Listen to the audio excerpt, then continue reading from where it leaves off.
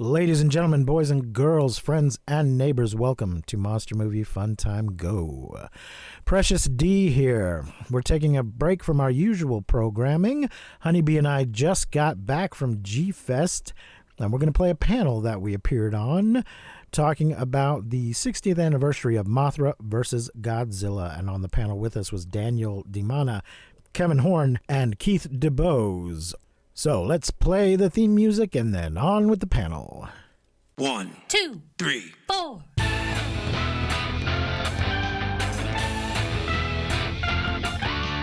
Monster Movie. Fun time, go! Monster movie. Fun time, go. Monster Movie. Fun time. Go! Monster Movie. Fun time, go. With Precious D and Honeybee. Fun time, go! Good morning, G-Fest.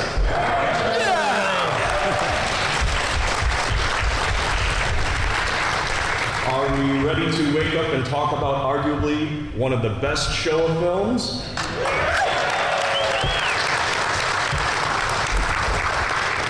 All right then. Go down the line, introduce ourselves? Yeah. Sounds wonderful. Folks out there, my name is Kevin Horn, or you ones that do not know me. But anyway, yeah, great to be here. G-Fest is awesome this year, and we're doing a little discussion of how this film came to be, who was in it, and its longevity for all these years, standing as one of the classics of Toho's Kaiju Ega. All right.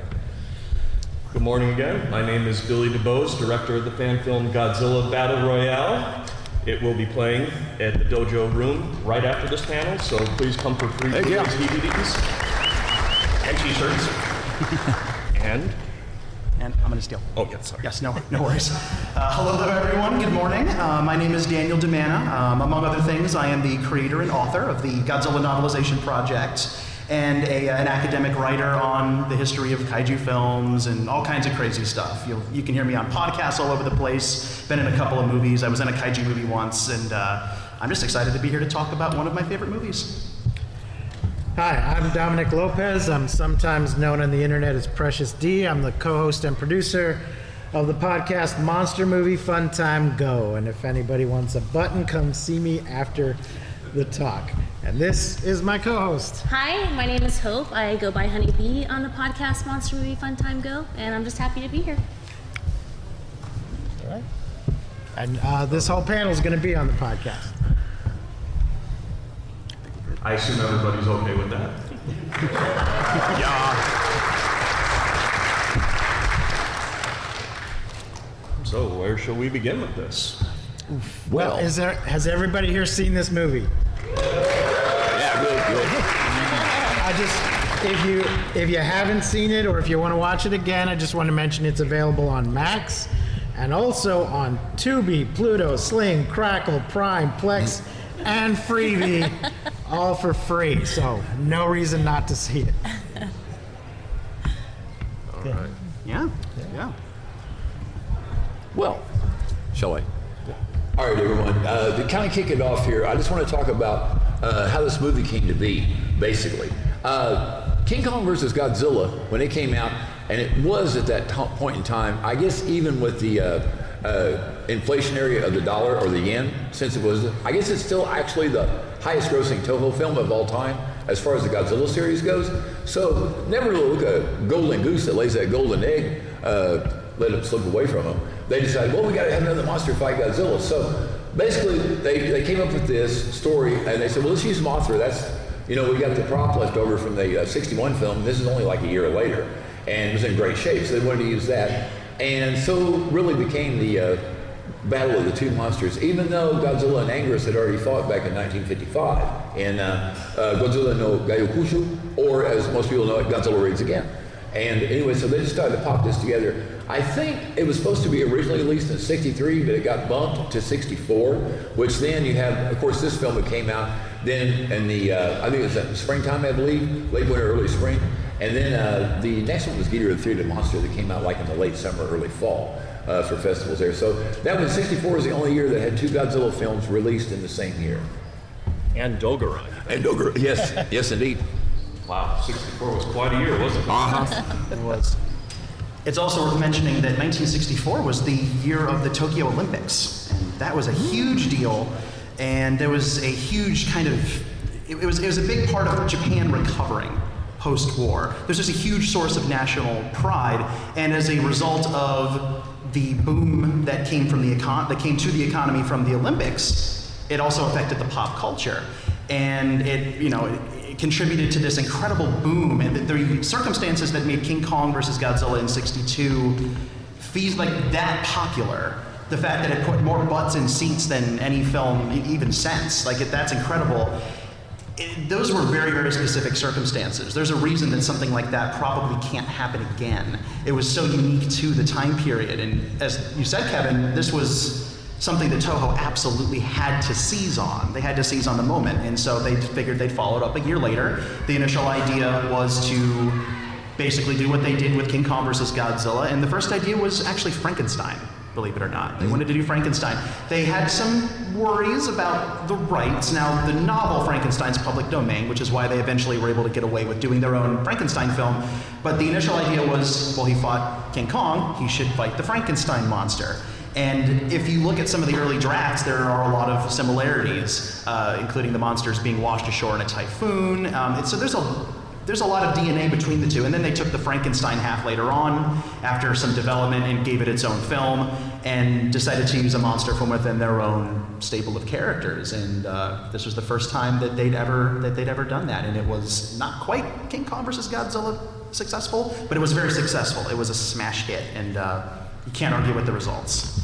Sorry, go ahead. Well, that decision to take something that had been its own thing, Mothra, and combine it with Godzilla, I think that was really significant and led to this whole shared universe. Rodan had been his own thing, and he gets brought in, and then eventually, everything that ever showed up is rolled into this shared universe. And which Universal, speaking of Frankenstein, Universal had done that years before with their monster movies, teaming up Wolfman, Dracula, and Frankenstein. And I think that was a significant and important decision.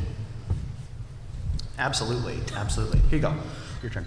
Just to piggyback what you were saying about the financial situation at the time, we have to remember around '64 here, Prime Minister Hayato Ikeda, you have to understand, from post-war till about 1952, the economy was raising a little bit by about 11%.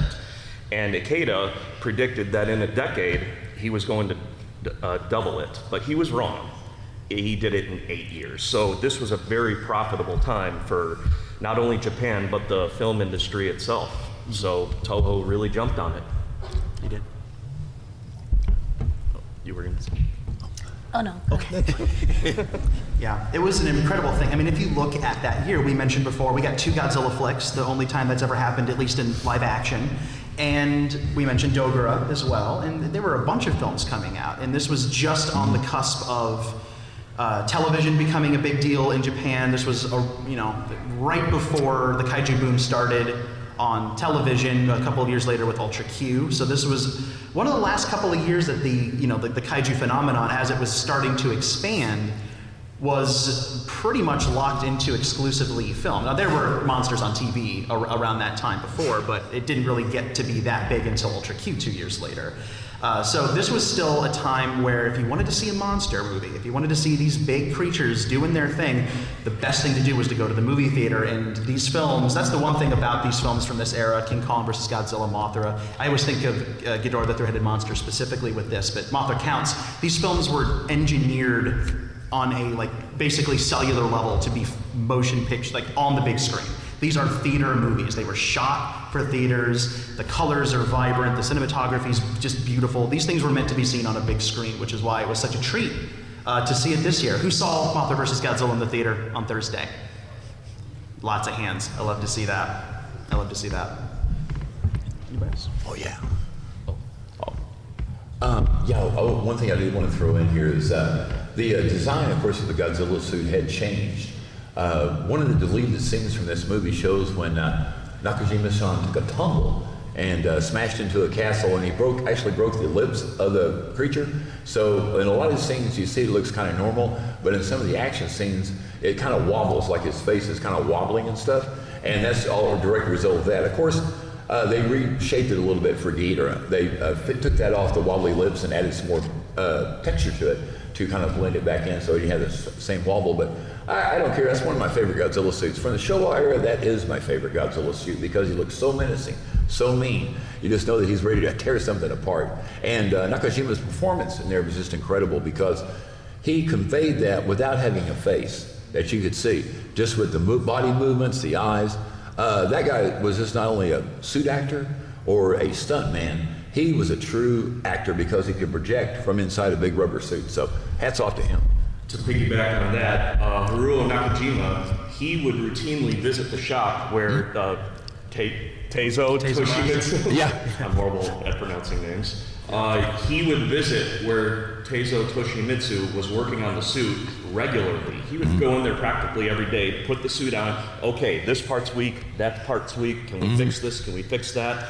And it literally allowed Toshimitsu to perfect the suit and have an idea for all the subsequent films how they would create these suits practically. Yeah. I think that it's also really cool to say and kind of see the work that went into these movies about the suit is those suits were rubber, 200 pounds. It got up to 130 degrees in those suits, so they could only wear them for 20, 30 minutes at a time. And even the stage that they were filming on got up to like 170 degrees. Yeah. So that's insane. That's crazy. These people were about as hardcore as you could get. Yeah. There's no cutting it. These people were they were a little nuts. One of my favorite quotes from August Ragone is that the actors in the Godzilla suits endured the agonies of hell to make that performance work, and it's true. Some of them nearly died during the making of those films, and you can see that the process is a little different in this one. This is the best fitting of the Godzilla suits out of all of them. The first movie had a lot of infamous issues with trying to make the suit work. 2 suits in, it still wasn't great. The darn thing could stand up without a person inside of it. It was so stiff. It was crazy. But Teizo Toshimitsu really, along with the Yagi brothers and the modelers, a lot of other people that worked at Toho in the special effects department were really able to hone in, and they were able to make the suits fit to Nakajima's body. They did test fittings a lot more than they did. They used a mixture of molded bits and building up, which is why all the faces on all the Godzilla suits look different, as they were built every time or repaired. This is the same Godzilla suit, as you mentioned, from Ghidorah the Three-Headed Monster, but the head has been tweaked because there were damages done. And I'm so glad they didn't fix it for this movie because I love wiggly lip Godzilla a lot. I just find that so charming.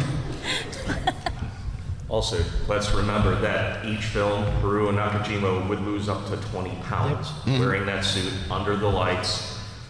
How that man did it, we don't know. By the time he retired, he weighed about 23 pounds. He didn't regain it. He did not regain it between films. 12 movies in, he just kept losing. He never took it back. But no, he was amazing, and I would argue this is one of his better performances. This is really the last time he got to do scary Godzilla. He did Scary Godzilla in the 50s twice. 62 is very comedic, not quite like super anthropomorphic, but he claps his hands and gesticulates a lot and moves very quickly. In this one, once again, he moves slowly and methodically and holds his hands still, and the suit has that great glare. And with those eyes that were built with the irises up toward the top of the lid, so that when he lowers his head, it looks like he's glaring at you.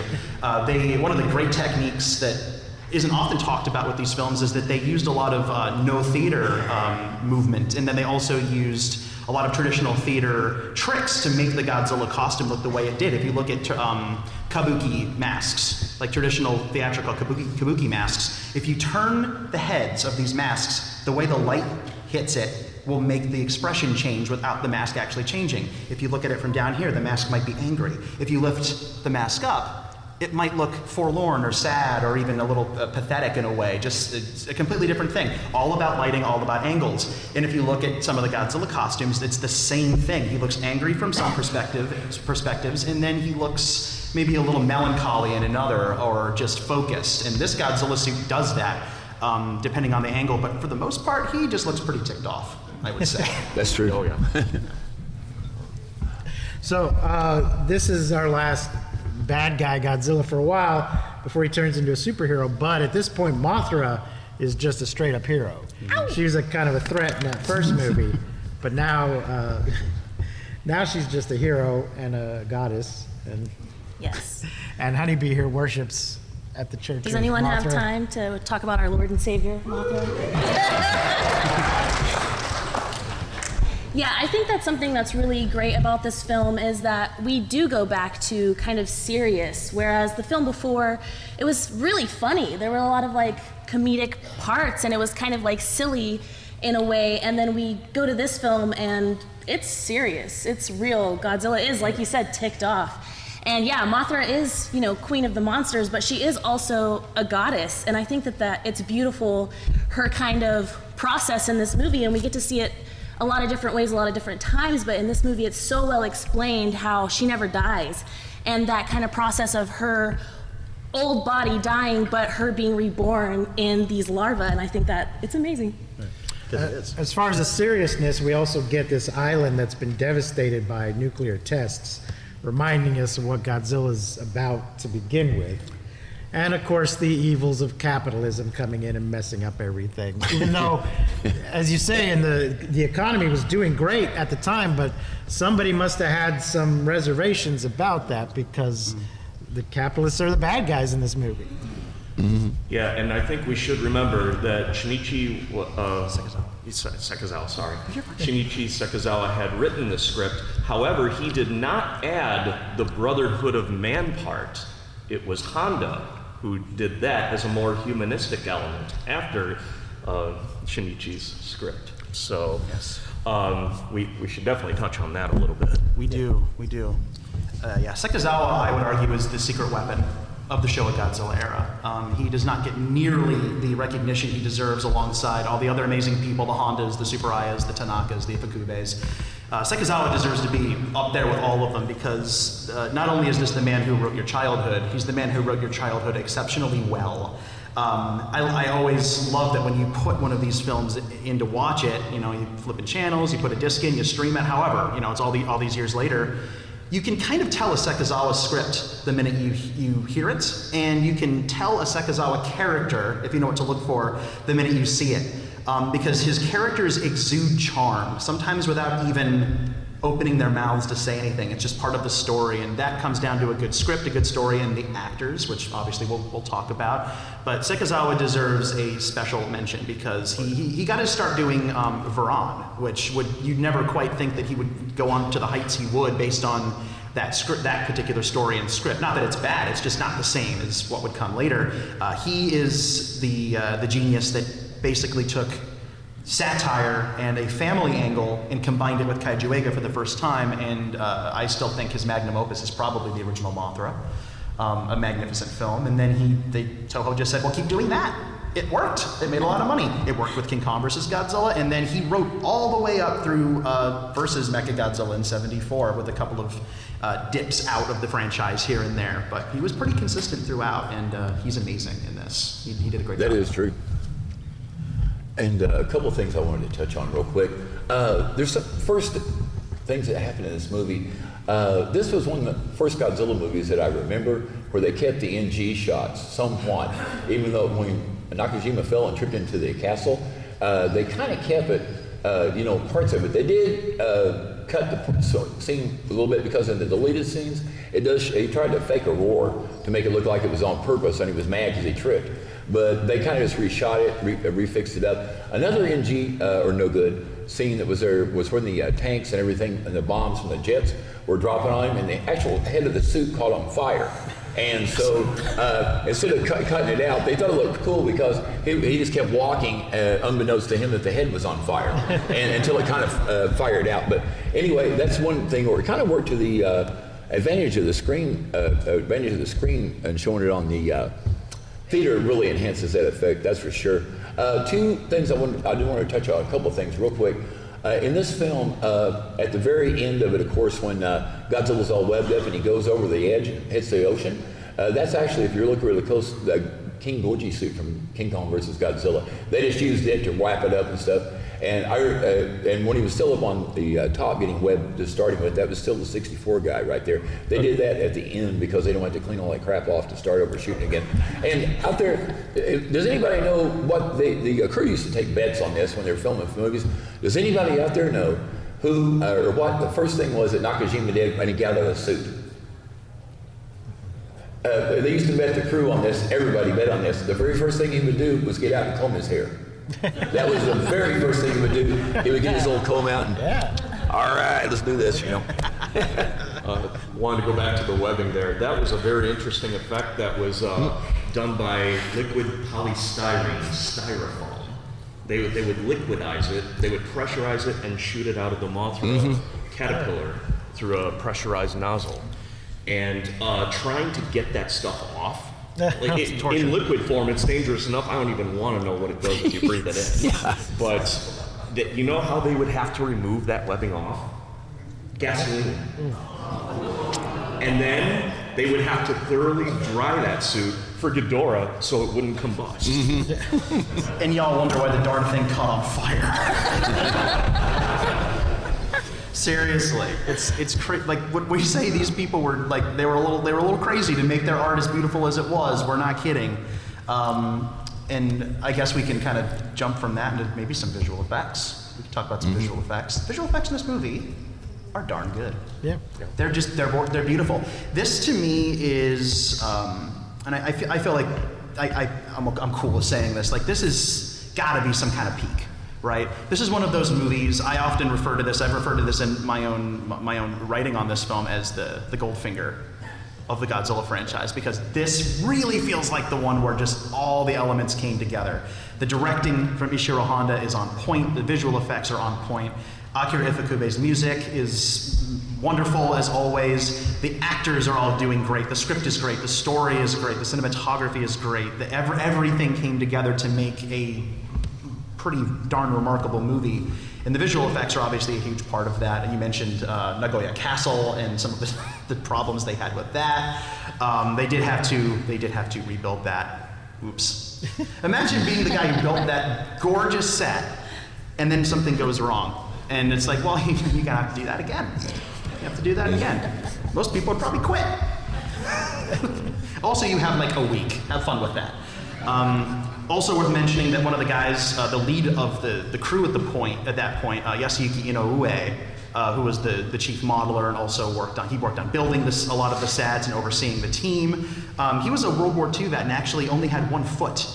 He lost a foot. So all those amazing miniatures that you see were at least supervised, if not personally built, by a guy with one foot who was a war veteran. Pretty amazing.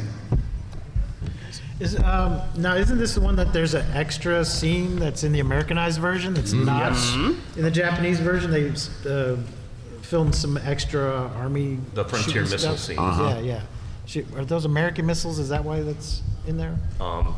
That was commissioned by Henry G. Saperstein. Yeah. He commissioned Toho to shoot that extra scene, and it's only in the American versions. There's not one Japanese version that has that scene, oddly enough. Usually the American versions get stuff cut out instead of stuff added in. It's the other way around. Yeah. The frontier missile sequence is actually an interesting point in the film because it actually was not commissioned. It was shot there were discussions, but it was not shot specifically for the American cut. It was shot for the Japanese cut. And removed from the Japanese version. The issue being that nobody's really quite sure why. The general kind of theory behind that is that there was some trepidation from Tanaka in the studio about showing American missiles being launched on Japanese soil, and they had a fear of that maybe backfiring. It was still a very sensitive issue at the time, and why would that be? I couldn't imagine, really. It's a mystery, but yeah, that's a theory. There are other theories that it just wasn't in the print they sent to that they put in theaters in Japan, which doesn't make a lot of sense to me. So it's the generally accepted version is that it was removed for sensitivity reasons, but it was actually originally it was shot in Japan. All the white actors were Toho bit players that you can see in 1,000 other Toho movies at the time. And it was shot there, and they just didn't delete it from the American version, and so it's got some mystery around it. Also, fun fact, That footage, because AIP handled the American cut of this film, some of that footage, the Frontier missile footage, obviously sans Godzilla, was reused as stock footage in a Vincent Price film called Dr. Goldfoot and the Bikini Machine. Oh, I love that movie. I have a poster of that movie. Do you? That's awesome. But yeah, the Frontier missile sequence from Mothra vs. Godzilla is in that film, cut up into ribbons with no monster in it. Kind of hilarious. You see, kids, in the old days, a movie would come on the TV in the afternoon. You couldn't just pick any movie you wanted and watched it whenever you wanted. You watched what they put on the TV, and sometimes you'd get a real treat like Dr. Goldfoot and the Bikini Machine. I've been real quick, guys. And one of the things, since we were talking about special effects, this film has some really cool stuff. Of course, the suit magician and the prop of Mothra, and even the larvas are fantastic. But this was one of the last times I believe that we had the head puppet of Godzilla blowing the aerosol spray out of its mouth for the fire effect. Also, this film, a lot of people think during the Mothra battle with Godzilla when she's trying to land on his head and they're fighting back and forth, they did use some little puppets, little stick puppets. But a lot of people thought that it was stop motion animation just because of the frenetic, crazy way, but it wasn't. It was just the action that was called by Surabaya to the people who were working the marionette of Mothra and Godzilla. So it's not really stop motion, but it sure looks like it. It was beautiful. Well, if I could explain how they did that, they shot that at a very high speed, and then I believe they sped it up. Even more. Yep. To where it organically looked like it was stop motion. The funny thing about that sequence, and I think that great battle, not the final battle, but the big battle between the Mothra adult and Godzilla, the fascinating thing about that is that they had to compensate for two completely different filming styles to present the monster. In order to make the big cumbersome Mothra puppet, which was a marionette, look like it was alive, they sped the footage up to make the wings flap. Now Godzilla, they overcranked the camera to make him look like he was moving slower. How do you put something that requires two completely different camera techniques in the same shot? How do you do that? So they had to find a good middle ground, and so there are some scenes where Mothra moves a little slower, and then quite a few scenes where Mothra moves quote-unquote normal, and Godzilla's going hyper in the background. And he's falling over, and he's gesticulating incredibly quickly, and he topples in that last shot. And that was just the nature of the beast, literally. They had to. There was really no choice. So they had to compensate by having the actors and the puppeteers move at different speeds for some shots. The puppets that they used were, again, they were on sticks, so they could be moved at about the same rate, and then they jittered the frame rates, as you were saying, to really kind of give it that frenetic action. They compensated with a lot of close-ups of Godzilla's face moving, close-ups of Mothra's face, and they created this incredibly just frenetic, almost chaotic battle, but there's an order to the chaos and how it was shot, and you never have a doubt of what's going on. You're completely sucked in, and obviously the music helps and the sound effects help, and they were able to really do it in a way that not a lot of other Godzilla films have done. If you look ahead, the Heisei films, Godzilla moves normal and Mothra tends to move a little slower. In the Millennium series, they did a really good job with that. But Mothra still tends to kind of flap her wings a little slower. She never quite flapped her wings as fast as she did in the show Air ever again, just because I guess they wanted to preserve the weight of Godzilla, and maybe Mothra being slower was just a natural thing that they had to kind of pick between the two. But this film represents a good medium. It shows some of the struggle that they went through, but the end result is just beautiful. Should we talk about the cast a little bit? Oh yeah. Yeah. We have Akira Takarada. Is this his first time back since the first one? It is his first time. Yeah. Yes. Yeah, he's Ichiro Saki, Ichiro-chan, Ichi-chan. Yuriko Hoshi as Junko Nakanishi. Hiroshi Kazumi as Professor Shinzuki Mura.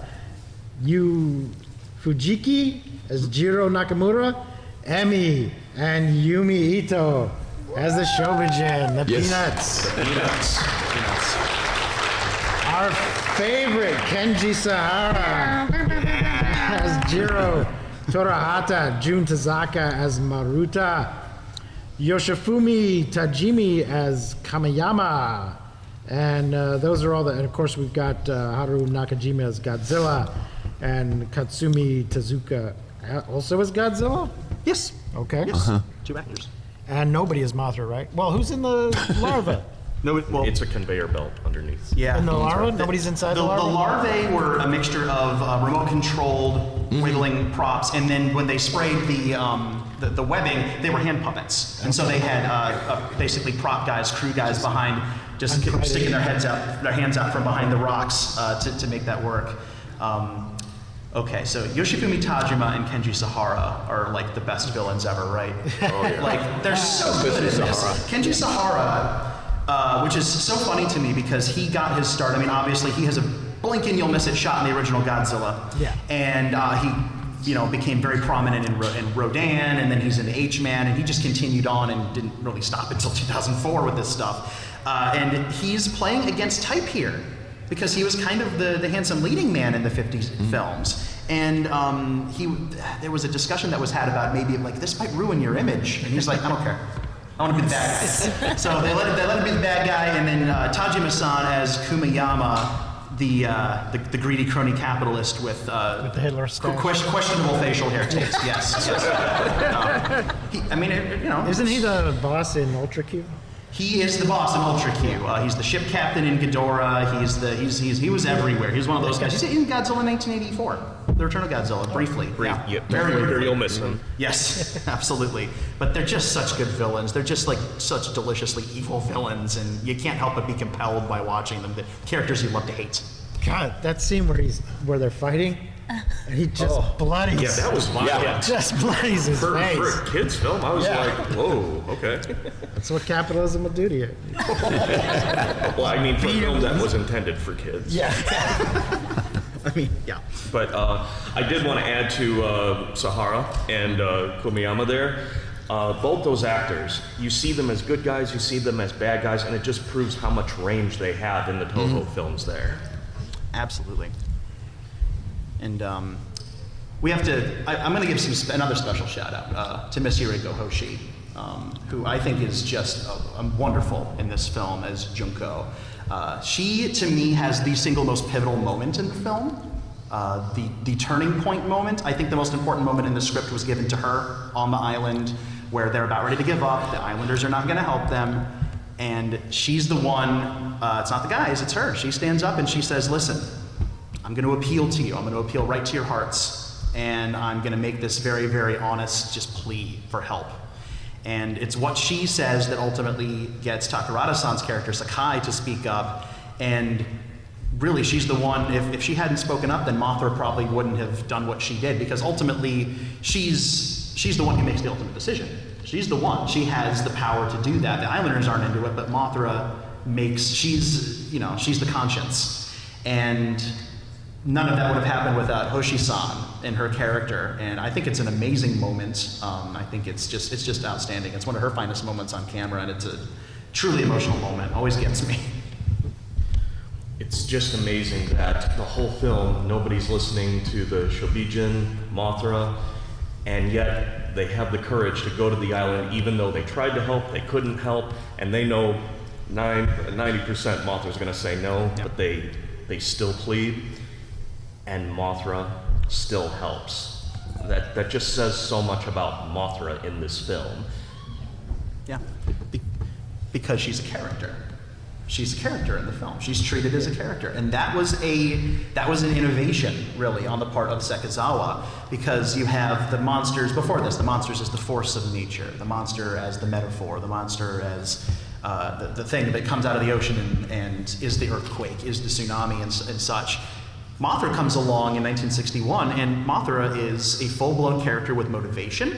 Mothra is a full-blown character with conscience and a soul, and you genuinely believe in her divinity, and that is carried over beautifully into this movie, the continuity of her, and it really builds on her as well, and you see her as kind of this guiding force who knows good.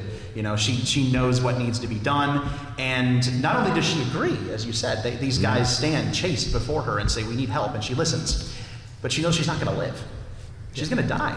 Yeah. She knows that what she's doing is effectively suicide, but she does it anyway because that's what divinity and wisdom does. Mothra died for your sins. Mothra died for your sins. Sorry. Oh, you good? I just wanted to add one little thing real quick. I don't want this to get overlooked for sure, but everybody knows me knows that I'm a super, super huge Ifukube fan. So I think this soundtrack was the best of the soundtracks of the Showa series.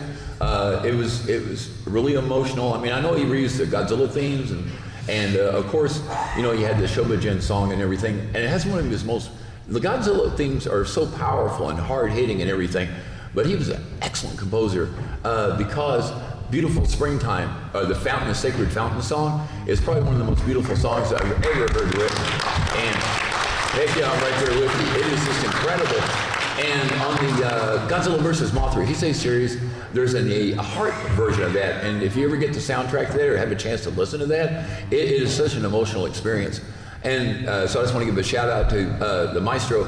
And one last thing about that was, it did have one time when Honda and Ifukube did not agree. Originally, when Godzilla was going to make that last raid on the fishing village, Ifukube didn't write the music where he was going to come in. It's just going to be silent. He was going to pop his head up and look around and everything and start coming in.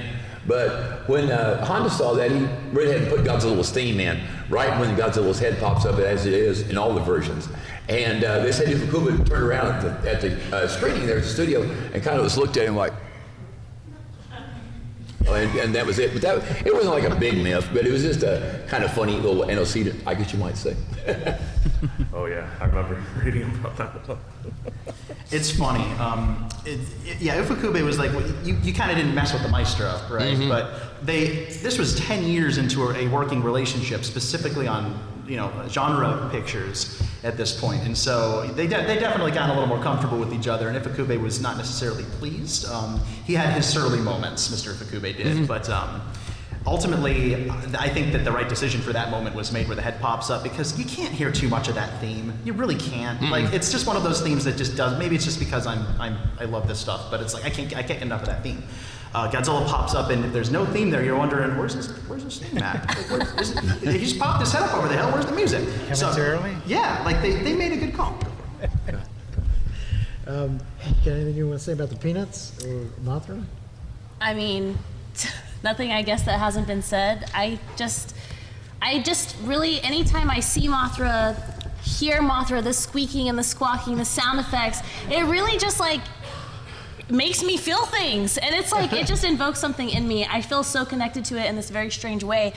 And honestly, watching these movies, I really thought like that was a me thing. And then like seeing everyone, like coming here and seeing that, I was like, oh my gosh, like everyone kind of feels this way. And it's just so beautiful to me. I really love it. It's so dear to me. It's so important to me in this very strange way that I can't really connect with. And I just love it. I'm just happy to be here talking about it. And what's your favorite part about Mothra? What do you mean? Her little chicken feet. Oh, I love her little chicken feet. When she grabs Godzilla, she flies over him and she's like squawking in her little feet. It just makes me squeal. Mothra is special, isn't she? She is. You just like something about what you said was very, very profound about that. Like there's something about that character, about that monster, that goddess, that is completely unlike any other monster in the Toho pantheon.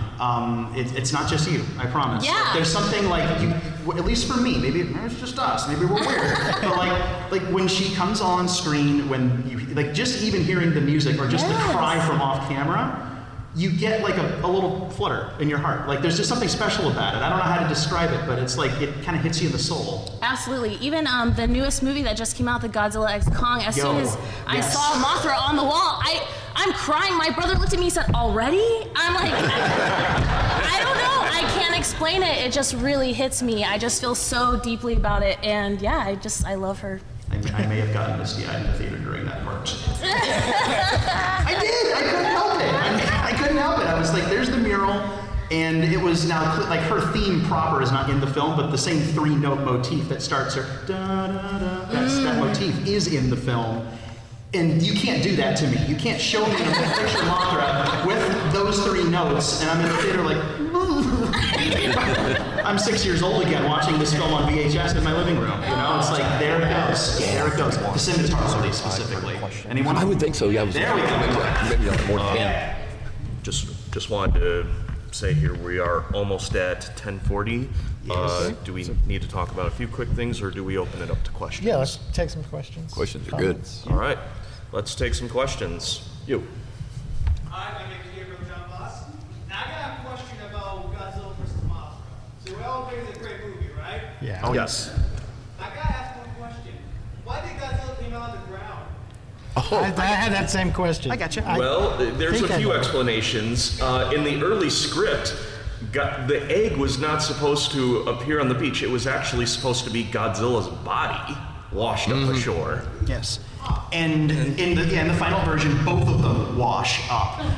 So that dirt that you see is the underwater silt and dirt from the flooding. And during that storm, during the opening moments, Godzilla's body washes in and is buried under the silt. So he's just waking up after. So think about it like this: King Kong versus Godzilla ends. He falls underwater. Maybe he's dormant. Maybe he's got a concussion. I don't know. And the storm hits. Kong knocked him out. Kong decked him. So he's recovering from monkey punch.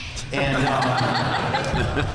while he's recovering from being monkey punched, a typhoon hits a few months later, and it washes his unconscious body ashore, and then he goes, what the, where am I?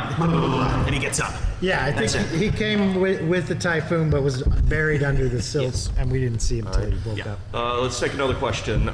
You back there.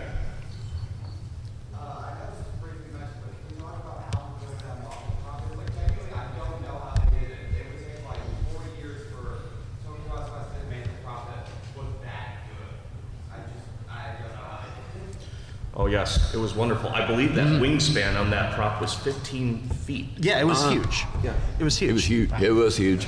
And as far as Mothra goes and all of her appearances through the Toho series of films, the closest I feel in myself that got back the beautiful look of Mothra was Wakasa-san's one for Tokyo SOS. If you've ever seen that, that is such a beautiful suit. Yeah, go ahead and give Wakasa-san some love out there, people. That was a labor of love to get that thing together. Yes.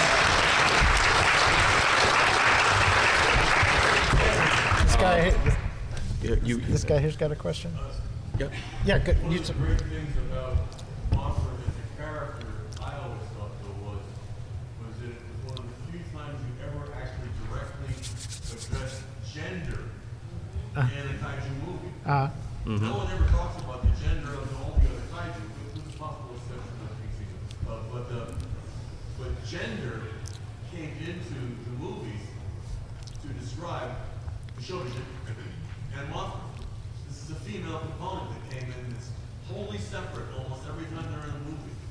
They have their own track, they have their own philosophy, they have their own thing that they do. It's always so much separated to the side of what all the rest of the kaiju are doing. And it really addresses a gender difference in a very different way than any other way I've seen a kaiju movie. I agree with that. Yeah, what you were saying earlier about Junko being so important and the Shobujin and Mothra, this is really the ladies saving the day in this movie. It is. It is. Yep. Yes, sir. Hey, y'all know this is my most favorite guys in the movie. Ask a question that I know is going to get on a lot of people's nerves. Bear with me. Tread carefully, Leslie. I gotta ask this. To all of you. Not all of you here, too. Does the ending of this movie, where Godzilla is looking by two babies, does it bother you? Not at all. Yes, be honest, does it bother you? I think. No. A lot of Godzilla, does it bother you? Okay, let's go down the line, down here. Well, when I first saw this movie, I was kind of like, what? But I also think it's like one of those things where, you know, it's the symbolism of this deity kind of like going from body to body. And also, there's this like saying, and I'm gonna like royally screw it up, but it's something about how like so many people die from this big scary thing, but more people die from bee stings or something like that, where it's like, I think it's more of like the symbolism of Godzilla getting defeated instead of like thinking of it as, yeah, absolutely, it's the two larvae, but it's more of like what it's representing, I think, in my brain. It's how I made it work there were moments when I was watching even the first Mothra for the first time thinking like, why is this puppet head looking at me like that and making me think like, oh my gosh, I love this so much. So I think it's more of the symbolism of the fight more than it is like two babies beating Godzilla. It does not bother me. It does not bother me. It's heightened reality. It's fantasy. It's David and Goliath. It's mythological. There's two of them. There's two of them. What do you do? Maybe if it was one, Leslie. Maybe if it was getting silked up from both sides. What are you gonna do? You gotta understand, this being my third Godzilla film I saw as a kid in the 80s, it bothered me a little bit at first. But as I grew up, I understood. Yeah, and it didn't bother me at all, guys, because I understood that's how the story would go. And Godzilla, I always know he's coming back, man. I mean, even at the end of Godzilla -1, you hear the footsteps and the roar. So he's like James Bond or Jason from Friday the 13th series. He's always going to come back. There's no way you can stop him, that's for sure. And it's a really great question. Oh, it is a good question. I was going to throw this in real quick, guys. When I was a small child and watching this in a movie theater on a Saturday afternoon with my cousins, we were all watching the movie and everybody's like, oh man, this is cool, this is great. And then when the Godzilla was buried under the dirt still and a shot of steam came up, one of my cousins turns to me and goes, Godzilla's got gas. And I said, I don't know. I have no idea. Okay, we got time for one last question. You there. Hey everyone, my name is Benjamin. This isn't so much a question, but kind of a, praise for the rampage scene. Because Go for it. In my opinion, and I'm not sure if anyone else would, I know Leslie would agree. You're damn right. The best Showa-Chi rampage scene in all of it. And even the wobbly limp. Yeah. The fact that Midas One reuses the music from that moment. Yes. Oh, they felt hand in hand there. Yeah. It is an amazing rampage sequence. And like we were saying before, it's the last time Godzilla had that frightening element to him, right? The progress through Nagoya, the castle going down, and that great moment where he gets his tail caught in the tower and pulls it down on top of him. Moments that are burned into my brain. This is the first Godzilla film I saw from beginning to end. I'd seen clips and I saw the first half of another film, but this is the first time I'd ever seen something like that go down, and my 6-year-old brain was forever altered. And now I'm here. Funny how life turns out, isn't it? What an honor. He's a little clumsy in that rampage. We're at time. All right, we got to wrap it up, folks. We just want to thank all of you for coming out here. We need to make it to the next panel. And that's good. Happy 60th birthday, Mothra versus Godzilla. Happy 60th birthday, Mothra versus Godzilla. Oh, happy birthday, Mothra. Hi. And please check out our show, Monster Movie Fun Time Go, mmftg.com. Okay.